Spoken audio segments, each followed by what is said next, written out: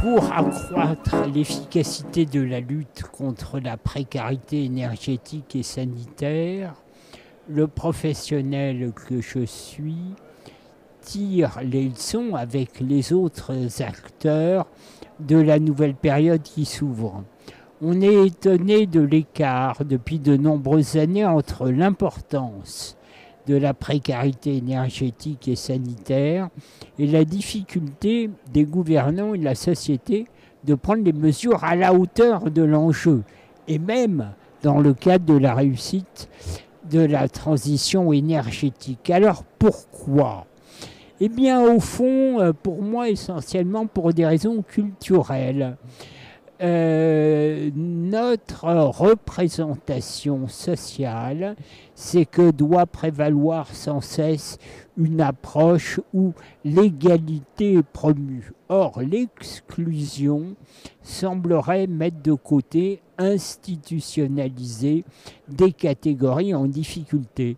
Donc, au mieux, les exclus, ce serait une sorte de devoir moral de les aider. Au pire, ce serait au fond entretenir l'assistanat.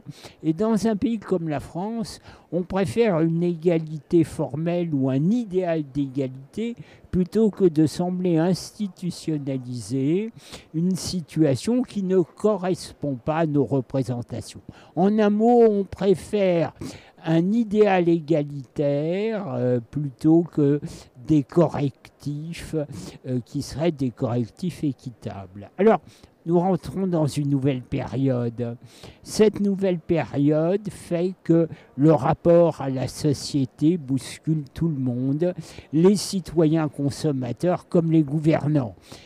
Par exemple, l'intelligence collective d'EDF vient de faire un gros travail auprès des citoyens consommateurs. Que nous disent-ils ?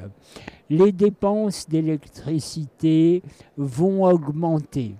La fracture sanitaire qui est liée à elle s'inscrit avec la crise pandémique dans un système d'instabilité générale et donc il va y avoir un retour du politique, de la volonté politique, d'une meilleure prise en charge de nos destins individuels et collectifs.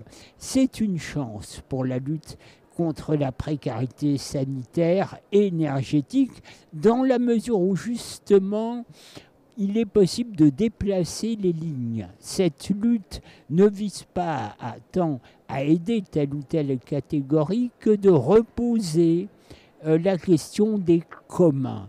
Quels sont les biens essentiels ?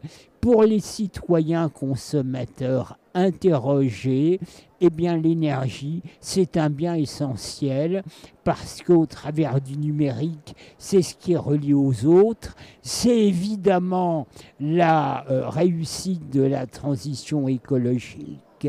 Et puis, c'est le fait de pouvoir décemment choisir de travailler chez soi, ou bien dans des bureaux. Donc vous le voyez, la période actuelle, elle est instable, elle génère des inquiétudes, mais en même temps, elle entraîne un retour de réflexion de fond sur le commun, les biens essentiels, dont l'énergie, qui permet de sortir la précarité énergétique d'une approche sectorielle, très enclavée, qui fait qu'il est tellement difficile d'obtenir des moyens et des politiques. Donc, l'énergie est un bien commun et il faut pouvoir y accéder sur ses constituants de base. La présidentielle va être l'occasion, doit être l'occasion de populariser l'énergie comme bien commun, dont évidemment la précarité énergétique sera résolue dans une approche globale.